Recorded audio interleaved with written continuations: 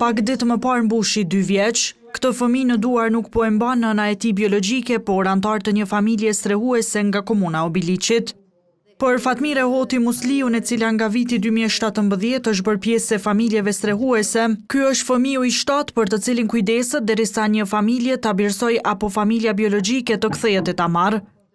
Me disa prej fëmijëve edhe më tutje mbajnë kontakte për shkak të afërsisë që krijojnë. Më lidh me fëmijët të lidhëm shumë, edhe familjet tash disa familje na i lajnë hala. Do me thonë kena kontakt me ta, fulum, na thirrin e disa e shkputin lidhjen kur e adaptojnë fëmin, mbaret prej familjes. Jo prej neve, edhe pse na nashta kishum dashur se cilin me pa e me ni, se cili fëmijë që vjen te unë për mushtë jemi gjithë derisa unë jetoj. Ai fëmijë që e merr te 21 ditë, ai është i yti.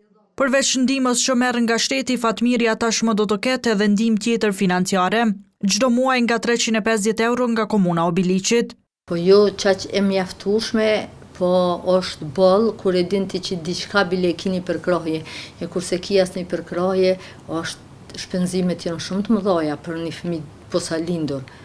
Edhe çato mjetet e veta ka fëmijë që s'ju dalin se varet prej fëmijët, disa kanë probleme më të mëdha, disa kanë ndaj problem shëndetësor, anë edhe s'ju dalin mjetet që i kanë pas fëmija. E kjo është e mjaftueshme, është fuqizim për familjen strehuese, jo vetëm mbështetje, po fuqizim se ajo familja kur e din që dikush për krah, e ka mbështetjen e komunës, ki kujna mi u drejtu, e ki një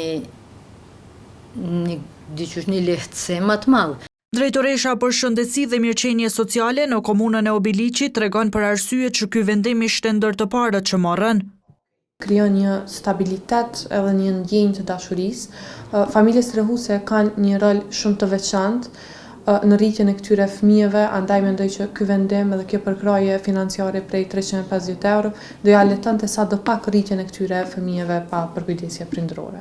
Në komunën e Obiliqit janë 2 familje strehuese të regjistruara, por aktualisht aktive është vetëm familja e Fatmire Hoti Musliut.